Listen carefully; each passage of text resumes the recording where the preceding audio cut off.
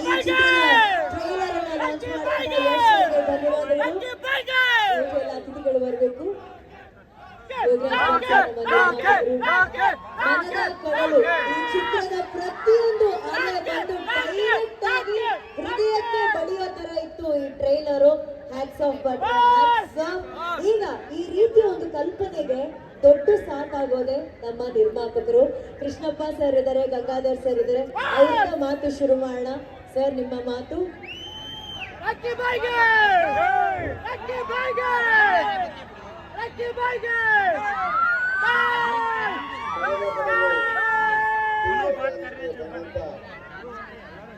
ಎಲ್ಲ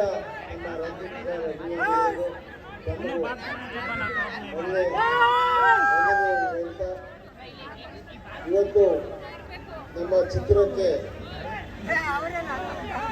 ಹೇಳ್ತಾರೆ, ನಮ್ಮ ಮ್ಯೂಸಿಕ್ ಡೈರೆಕ್ಟರ್ ಹೇಳ್ತಾ ಇದ್ದಾರೆ ಹತ್ತು ಹೆಜ್ಜೆ ಮುಂದಕ್ಕಿದ್ದೀವಿ ಅಂತ.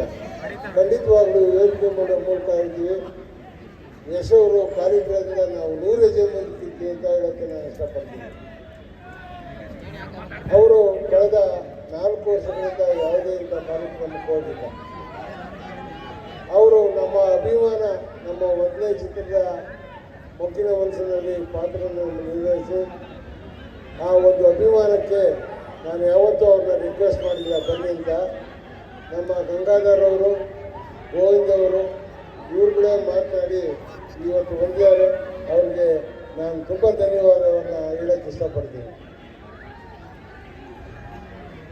ನಮ್ಮ ಮನದ ಕಡಲು ಒಂದು ಬಿಟ್ಟು ಯಶ್ ಬಗ್ಗೆ ಹೇಳಬೇಕಂದ್ರೆ ಅವರ ಭಾವನೆ ಎಷ್ಟು ಎತ್ತರವಾಗಿದೆ ಅಂತ ಹೇಳಕ್ಕೆ ಅಸಾಧ್ಯವಾಗ್ತದೆ. ನಾನು ಈ ಟಾಕ್ಸಿಕ್ ಸಿನಿಮಾದ ಒಂದು 2 ಮಾತನಾಡ್ಬೋದು ಅಂತ ಕೇಳ್ಕೊಳ್ತಾ ಹೇಳ್ತೀನಿ. ಆ ಸಿನಿಮಾ ಸೆಟ್ಗೆ ಹೋಗಿದ್ದೆ. ಇವತ್ತು ಇಡೀ ದೇಶದಲ್ಲಿ ಕನ್ನಡದ ಬಗ್ಗೆ ಕೇವಲವಾಗಿ ಮಾತಾಡಿದ್ರು. ಅವರ ಆಲೋಚನೆ ಇಡೀ ವಿಶ್ವದಲ್ಲಿ ನಮ್ಮ ಕನ್ನಡ ಭಾಷೆಯ ಚಿತ್ರವನ್ನು ನೋಡಬೇಕು.